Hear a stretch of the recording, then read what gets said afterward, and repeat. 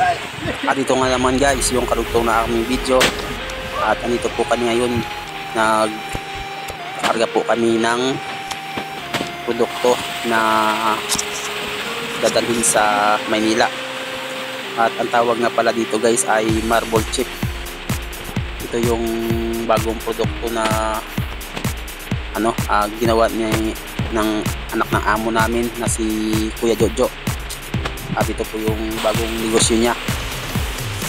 Ito po yung uri ng isang marble na dinudurog para maging isang maliliit na marble.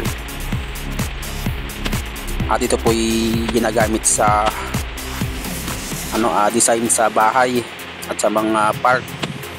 At nilalagay din po ito sa sa mga aquarium, may mga fishing.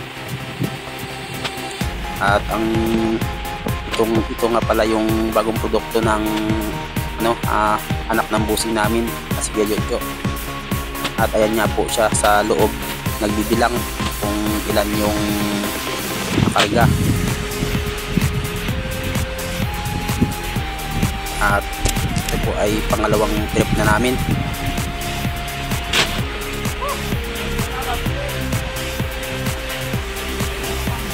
At medyo may kabigatan rin, parang umaabot rin ng mga 50 kilos.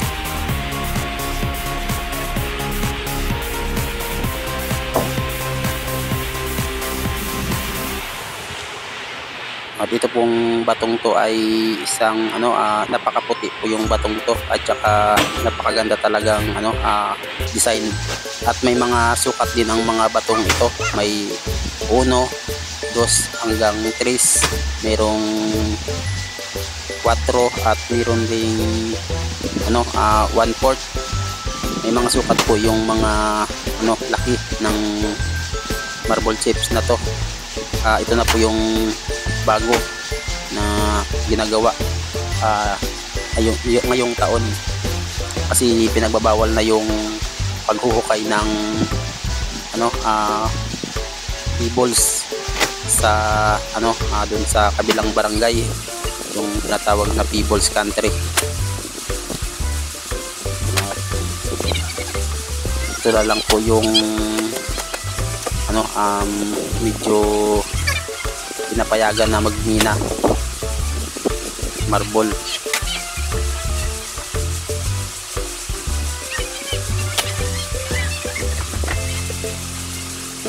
At ayan nga po guys, at mapupuno na namin po yung isang truck na ng marble chip.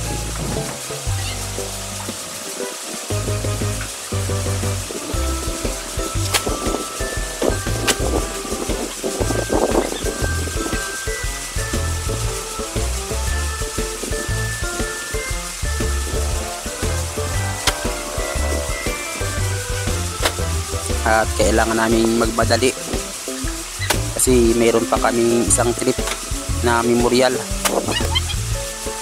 At hapon na po, na oras na ay mga alas 3 na ng hapon. At baka pag di kami magmadali ay magagabihan kami sa dito sa bundok.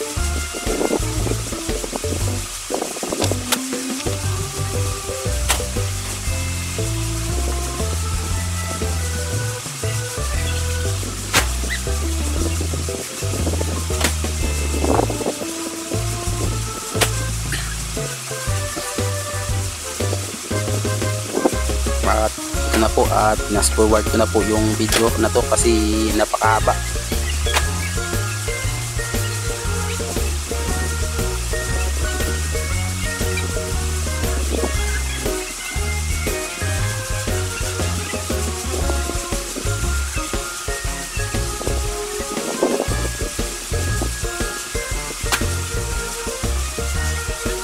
At siya nga pala guys,